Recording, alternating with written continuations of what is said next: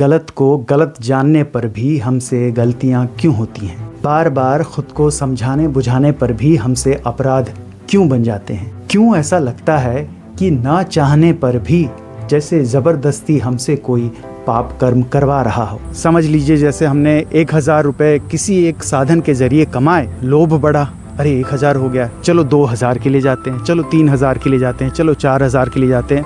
यही चीज़ अगर हम सत उपायों से करें तो फिर हमें इतना प्रॉब्लम नहीं होगा। बट यही चीज़ जब हम शास्त्र निषिद्ध उपायों से करें तब फिर वहाँ से प्रॉब्लम शुरू होती है। अब जब लोभ बढ़ता है, जब आप किसी चीज़ को, विषय भोगों को हासिल करने की कोशिश करते हैं तो उनके बीच में बाधाएं तो आएंगी। अब जैसे बाधाएं आने लगेंगी तो आपके मन में क्रोध जागृत होगा। तो ये एक पूरी जो प्रक्रिया है वो श्री कृष्ण जी ने पहले ही समझा दिया था। इतना समझाने के बाद भी अर्जुन जी हैं वो बार बार उस चीज़ को और गहरे तरीके से समझना चाहते थे।